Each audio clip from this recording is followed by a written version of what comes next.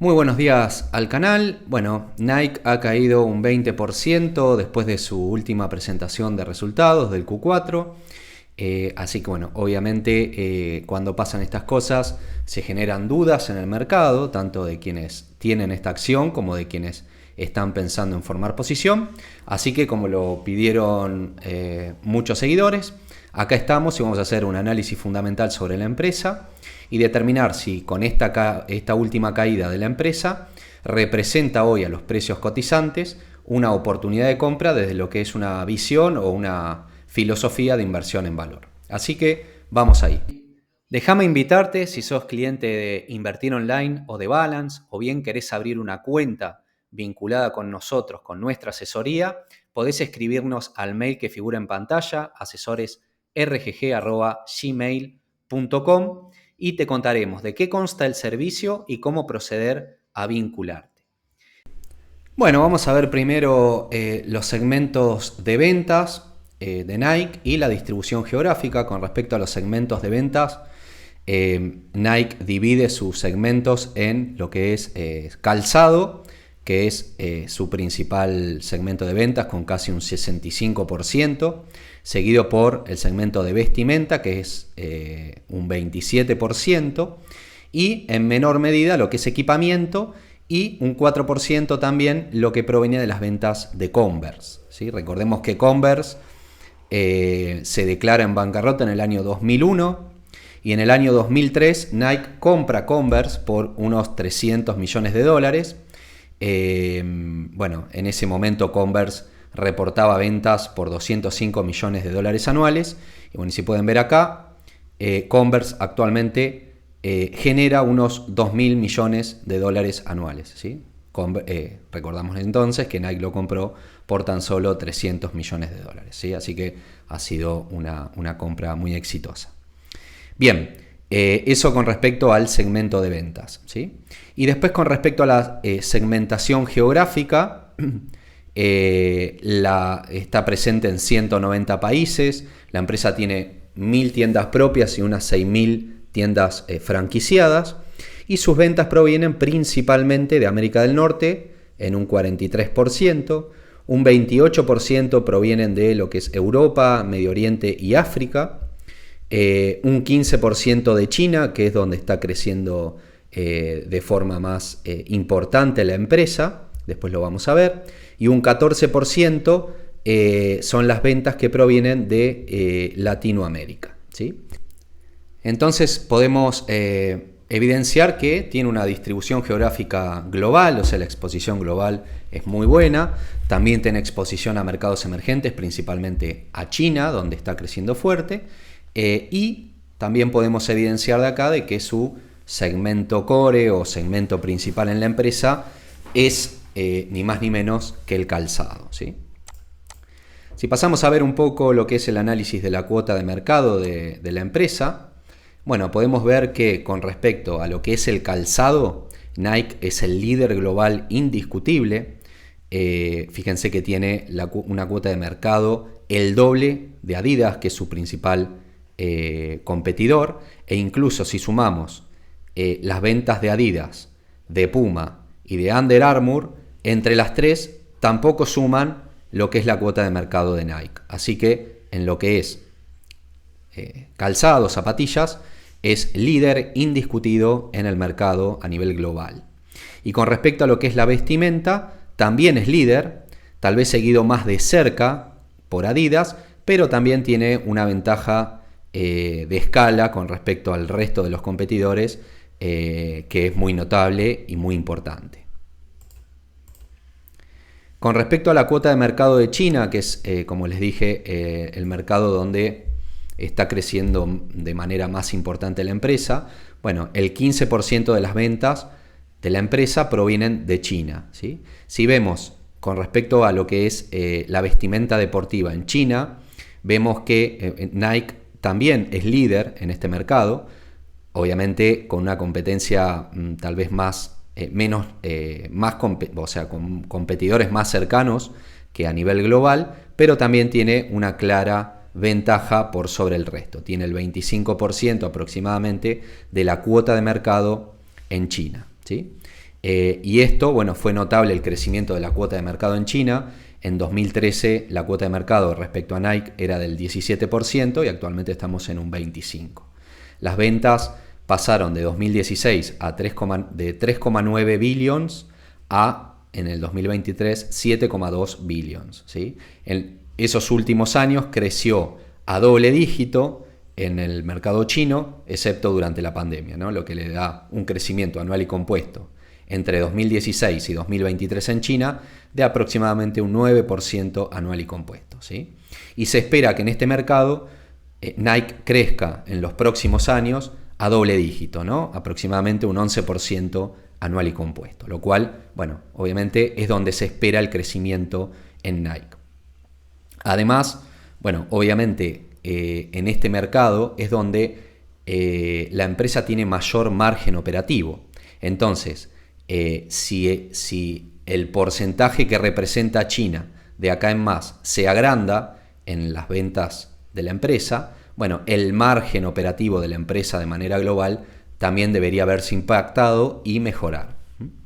Bueno, respecto al mercado chino, bueno, se cree que tiene todavía para crecer todo lo que es ropa deportiva, debido a que, bueno, el gobierno chino está invirtiendo fuertemente en la promoción del deporte, principalmente en el fútbol. Y, bueno, desde ya es un país donde la clase media está creciendo fuerte, y cuanto más clase media haya en ese país, mayor va a ser el porcentaje de población que puede acceder a comprarse ropa deportiva, hacer deportes y demás. Así que, bueno, en China es donde se espera que Nike tenga un crecimiento mayor en los próximos años. Pasamos a analizar el crecimiento. Bueno, de los últimos 10 años, la empresa tuvo crecimiento sostenido durante los 10 años, excepto uno, durante 9 años, excepto uno que fue el 2020, obviamente por obvias razones, y que luego tuvo un crecimiento compensatorio, ¿no? Como lo hemos visto en muchas empresas, en el 2021. ¿Sí? Y luego, bueno, un estancamiento normal, ¿no? Después de este crecimiento superlativo que tuvo en el 2021. Si tomamos los crecimientos promedios anuales y compuestos que ha tenido en los últimos 10 años, podemos hablar de un crecimiento en los últimos 10 años de más del 7% anual y compuesto, lo cual es un crecimiento muy bueno. Acá tienen gráficamente los crecimientos en ventas que ha tenido la empresa. Sacando el bache del 2020, vemos que es lineal y, bueno, un crecimiento sostenido, ¿no? Y si vemos las expectativas que tienen los analistas a futuro, bueno, tenemos una caída en el crecimiento en el 2025 y después que vuelva a crecer aproximadamente entre un 6 y un 6,5% en los próximos años. ¿Qué pasó en el último año fiscal y por qué la caída y por qué el mercado lo ha castigado fuertemente? Bueno, en el último año fiscal la empresa creció, si tomamos como tipo de cambio fijo, solo el 1%, ¿no? Lo cual, bueno, obviamente es mucho menos de lo esperado. Y por otro lado, si vemos lo que dijo el CFO de la empresa, Matthew Ferran, bueno, dijo que se esperaba que iban a actualizar la perspectiva para el año fiscal 2025, o sea, el año fiscal que empieza ahora para la empresa. Y se espera entonces que para el 2025 Nike caigan las ventas de Nike aproximadamente un 4 o un 5%, ¿no? Para el año 2025. Entonces es esto lo que no gustó al mercado y por eso lo castigó de una manera, creo yo, exagerada. Bien, entonces lo que deberíamos analizar con respecto a lo que va a pasar en el año 2025 es si es algo propio de la empresa o bien del contexto, ¿no? Y si analizamos otras empresas comparables, bueno, podemos ver que las perspectivas, lo que se espera para el año 2025 de tanto Adidas como Under Armour, bueno, son reducciones en las ventas, ¿no? Fíjense que Under Armour se espera una caída en ventas de casi un 14%.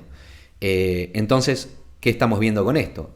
Que es un tema del contexto, ¿no? Obviamente en un contexto de tasas elevadas, de enfriamiento económico a nivel global, obviamente el consumo se ve resentido. Y más este tipo de consumo que es consumo discrecional.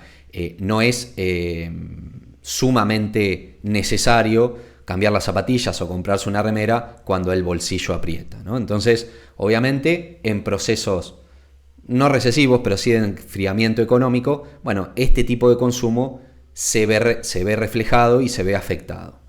Entonces, obviamente, si nosotros vamos a decidir invertir en alguna de estas empresas, tenemos que saber que durante el próximo año fiscal, bueno, las ventas van a estar afectadas, ¿no? Obviamente, cuando esto pasa, cuando el ciclo económico vuelve a un plano de recuperación, las ventas de estas empresas vuelven a normalizarse, ¿no? Y más aún si tenemos en cuenta lo que se espera para el largo plazo respecto al crecimiento global del mercado de ropa deportiva, ¿no? Esto es un pronóstico, un análisis para los próximos 10 años a partir del 2022, ¿no? Serían los próximos 8 años, y se espera que el crecimiento de lo que es el mercado de ropa deportiva en forma global crezca aproximadamente un 7% anual y compuesto, ¿sí? Si lo comparamos con lo que esperan los analistas, que es un crecimiento en ventas en los próximos años de aproximadamente un 6% anual y compuesto en Nike, bueno, tiene muchísima lógica, ¿no? Obviamente, si crece el pastel y Nike es el principal competidor en ese pastel a repartir, bueno, es esperable que crezca en forma proporcional a lo que crece el mercado de la ropa deportiva a nivel global, ¿no? Entonces, si esperamos que el mercado de la ropa deportiva crezca y Nike es nuestro mayor participante en ese nicho, bueno, es lógico esperar que haya un crecimiento aproximadamente del mismo tipo en la empresa. Si pasamos a analizar los márgenes de la empresa, siempre me gusta compararlos cuando veo una empresa con por lo menos su principal competidor. Bueno, vemos que tiene márgenes brutos, operativos y netos, primero muy sostenidos y muy estables, lo cual es muy bueno.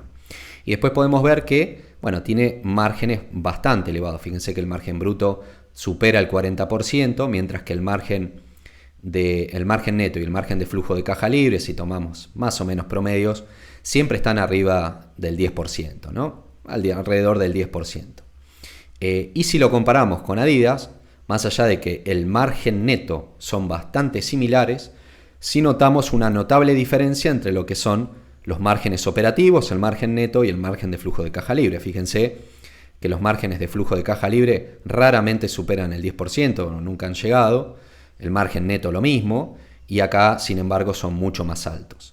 Y si vemos el margen operativo, vemos la misma dinámica. Esto quiere decir que la empresa, obviamente, es más eficiente y puede controlar mejor lo que son los gastos fijos de la empresa, ¿no? Entonces, vemos una empresa que es más eficiente en generar beneficios a partir de las ventas.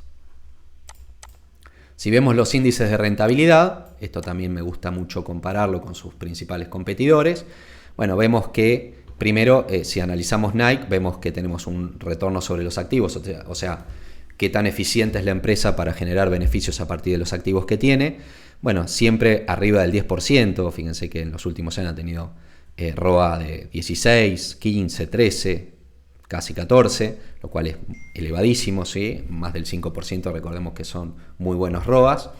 Y si vemos el ROIC, el retorno sobre el capital invertido, este es el principal indicador que me gusta mirar. Para quien no sepa por qué es importante el ROIC, por qué nos habla de la calidad, de la ventaja competitiva, les dejo un videito por allá arriba para que lo vean tranquilos. Y bueno, vemos ROICs que en general rondan el 20% o más, ¿sí? Y si lo comparamos con Adidas, fíjense que los ROICs desde el 2020 a la fecha, bueno, han sido muy reducidos, ¿no? Fíjense un ROIC del 5, del 0,26, ¿sí?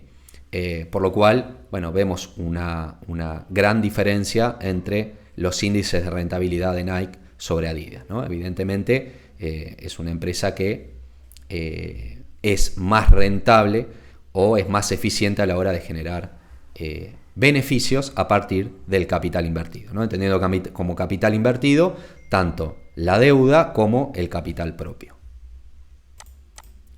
Si vemos o analizamos la fortaleza financiera de la empresa, bueno, no vamos a profundizar, pero tan solo ver algunos parámetros como, por ejemplo, que tenemos más de 10 billions entre lo que es caja y equivalentes e inversiones de corto plazo, y si vemos la deuda a largo plazo y la deuda a corto plazo, bueno, tenemos más o menos unos 9 billions, ¿sí? Así que podríamos pagar absolutamente toda la deuda con la caja de equivalentes y las inversiones de corto plazo que tenemos, ¿sí? Así que, bueno, no veo ningún problema financiero en esta empresa. Más aún, el último flujo de caja libre que ha generado en el año es de aproximadamente 6 billions, ¿sí? Y si tenemos una deuda de, como dijimos, de aproximadamente 8 billions, bueno, lo mismo, ¿no? En un año y pico de flujo de caja libre ya tendríamos cubierta la deuda total de la empresa. Así que, bueno, una fortaleza financiera envidiable en Nike. Pasamos a analizar un poco las recompras. Bueno, vemos que la empresa tiene una política de recompra muy clara, ¿sí? Fíjense que en 2014 tenía 1.812 mil millones de acciones y actualmente se reduce a 1.540. ¿Sí? Ha recomprado durante todos los años, excepto en 2022, que diluyó un poquito, o se mantuvo plano prácticamente. Y si vemos el porqué, bueno, es muy claro, ¿no? Era un momento donde las acciones estaban sumamente caras, sobrevaloradas, por lo cual, bueno, es correcto y me gustó ver esto, ¿no? Que en el momento donde hizo máximo y estaban las acciones tal vez a un precio exorbitante, no recompraron, ¿sí? Eso es eficiente a la hora de destinar el dinero a la recompra. Bueno, la empresa completó unos 12.000 millones de dólares que tenía autorizado para la recompra en 2015 y comenzó a recomprar por otro programa de recompra que estaba autorizado en 2018 por 15.000 millones de dólares, que el programa, bueno, se dispone a procesarse durante 4 años. Lo que se espera con respecto a la recompra en los próximos 5 años es que la empresa destine unos 20 billions, ¿sí? Unos 20.000 millones de dólares a la recompra accionaria. Eso representaría a los precios actuales la reducción de un número de acciones del 17,5%, ¿sí? Lo cual, bueno, es una empresa que se come a sí misma, ¿no? Recordemos que la recompra hace que la acción que nosotros tenemos cada vez represente una porción mayor de la empresa, ¿no? Bueno, en fin, en los últimos 10 años, si tomamos la tasa de recompra, ronda el 1,6% anual. O sea, cada año hay un 1,6% menos de acciones de Nike que el año anterior, ¿sí? En promedio. Bien, si analizamos un poco los dividendos ahora, la empresa paga $1,45 por acción, lo cual a los precios actuales te da un rendimiento por dividendo de casi el 2%. Es una empresa que viene aumentando de manera ininterrumpida lo que paga en concepto de dividendos hace casi 22 años, o sea, es casi un aristócrata del dividendo. Y lo que sí estamos viendo es que ha reducido la tasa en la cual aumenta lo que paga en concepto de dividendo año a año, ¿no? Vemos en promedio los últimos 10 años era de casi el 12%, los últimos 3 años del 10%, y en el último año aumentó tan solo no, porque es un buen porcentaje, un 9% lo que paga en concepto de dividendo, ¿sí? Acá tienen, estos son los aumentos que ha hecho año a año, ¿sí? Entonces, es factible también para hacer una estrategia de dividend growth investing en esta empresa. Con respecto a la seguridad de los dividendos, bueno, es un dividendo muy seguro. Acá pueden ver el Free Cash Flow Payout Ratio, o sea, qué tanto del flujo de caja libre la empresa destina al pago de dividendos. Bueno, fíjense que nunca llega al 50%. Si está por debajo del 50%, es un payout más que seguro. Y si vemos lo que es la estrategia por rango de dividendos, quien no sepa qué es esta estrategia, les dejo por allá arriba un link a un video que hemos hecho explicando esta estrategia de valoración. Y bueno, vemos que el rango de dividendos en los últimos 20 años nos da que actualmente estamos en techos de ese rango, lo que nos estaría indicando que la acción está infravalorada respecto a sus históricos. Fíjense que el único momento donde supera el dividend yield actual fue en febrero del 2009, o sea, después de la crisis subprime, donde, bueno, obviamente hubo un crash bursátil y tuvo un dividend yield del 2,09, prácticamente el que tenemos actualmente, y eso nos indica que estamos en techos del rango de dividendo, lo cual a su vez indica que las acciones estarían infravaloradas. Si pasamos a analizar los múltiplos de manera gráfica y visual para hacerlo más sencillo, bueno, podemos ver que el PER actualmente en 20,2 es el mínimo, prácticamente el mínimo de los últimos 10 años. Si vemos el precio ventas, misma situación, es el mínimo de los últimos 10 años. Y si vemos el precio sobre el flujo de caja, también estamos en pisos mínimos de los últimos 10 años, ¿no? Acá lo tienen en número, fíjense que en precio ventas es el mínimo de los últimos 10 años.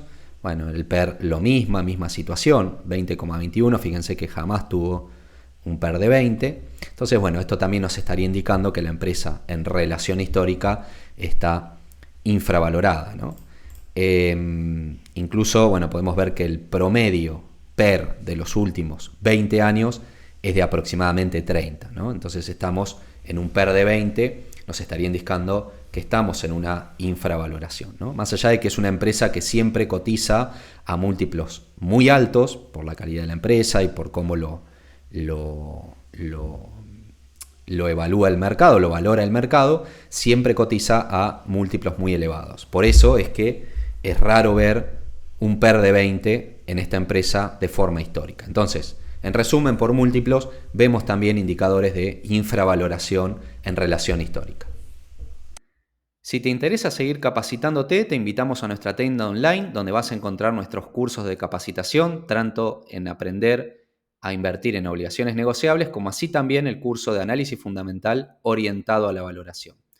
Si estás interesado, entras a nuestra tienda online, vas a tener la dirección en pantalla, como así también el link en la descripción de este video, y ahí en nuestra tienda online van a poder encontrar información, videos informativos, temarios y costos de los mismos. Así que los esperamos. Bien, si hacemos ahora un descuento de flujo de caja, bueno, actualmente cotiza, cerró el viernes a $75,37. Bueno, agregamos los nuevos valores de la presentación de resultados.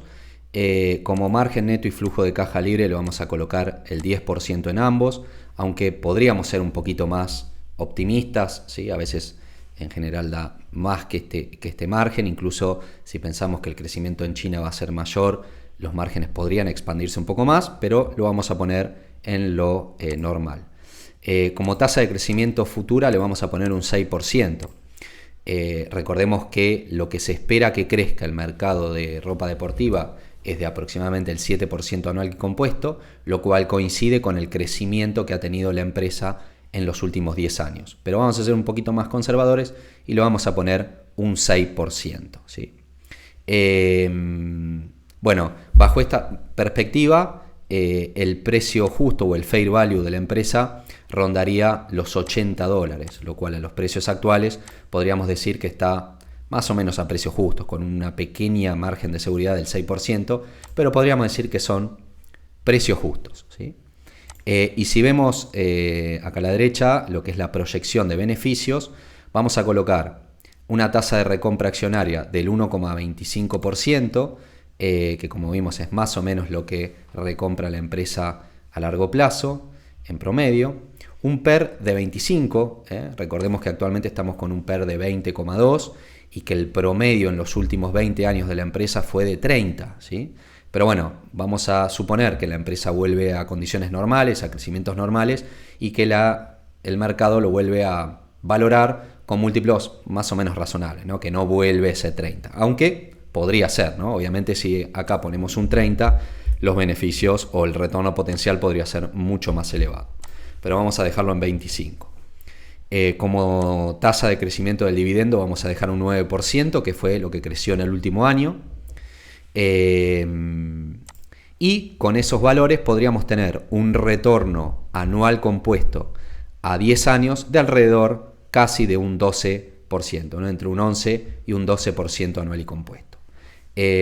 Por lo cual, bueno, creemos que los $75 o menos es un precio interesante para comenzar a armar posición en esta empresa. Desde ya, obviamente esto no es recomendación ni sugerencia de compra, tiene solamente un objetivo meramente educativo.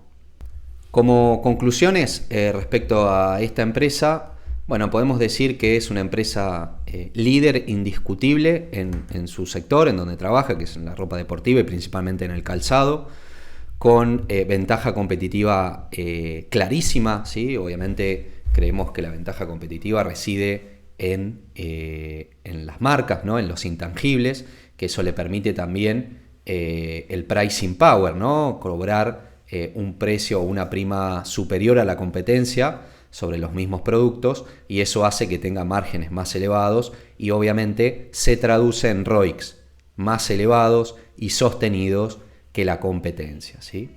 Con respecto a los múltiplos y la estrategia por rango de dividendos, bueno, pudimos ver que está en mínimos, lo que estaría marcándonos una infravaloración.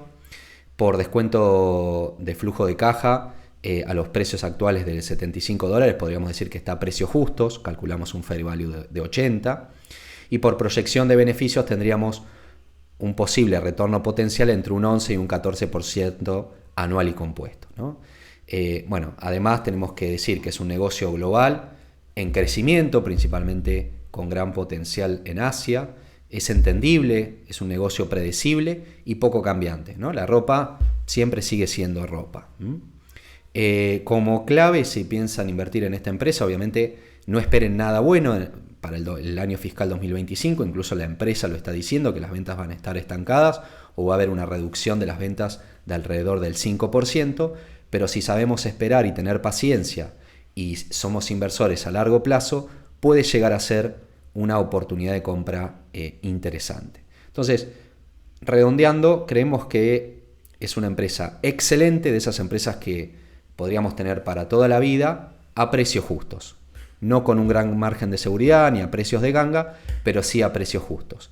Y si seguimos la lógica de Charlie Munger, que ahí le pusimos la foto, quien decía que bueno, es mejor comprar una empresa maravillosa a un precio justo que una empresa justa a un precio maravilloso. Si seguimos esa lógica, bueno, Nike a estos precios puede llegar a entrar en la ponderación del inversor para armar posición.